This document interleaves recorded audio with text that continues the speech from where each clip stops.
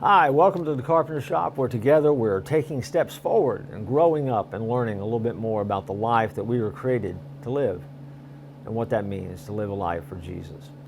A verse that I want to share with you today in Romans 12, verse 1 says, I beseech you, brethren, by the mercies of God, that you present your bodies as a living sacrifice, holy, acceptable to God, which is your reasonable service. Sacrifice is an interesting word, because sacrifice dictates or denotes a loss of some kind.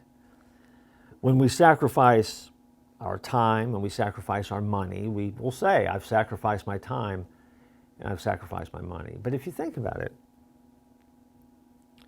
you don't sacrifice all your money and you don't sacrifice all your time. Because if you sacrifice all of it, then you would have nothing left. When you think about the Old Testament sacrifices, when they placed an animal on the altar, that animal was completely gone. They weren't going to get it back. There was no second chance. And I've often thought, how much have I really sacrificed for God? Oh, sure, I try to be obedient, and I do the things that He's asked me to do. I try to do that anyway. But is it really a sacrifice? See, we confuse the concept of sacrifice with obedience. And we inflate doing the right thing to making it sound like it's a big sacrifice. And I think sometimes we're so flippant with the word sacrifice that we forget the impact of what it means. Jesus gave all He had so that we could have life. Sacrifice is life. And He calls us to sacrifice and live a life of sacrifice where we're willing to give anything and everything simply because He asked.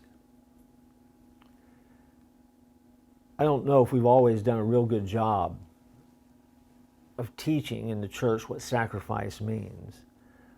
We hear stories of it and we're in awe of it, but when I equate those stories to what I've sacrificed for God, it doesn't seem to be that much.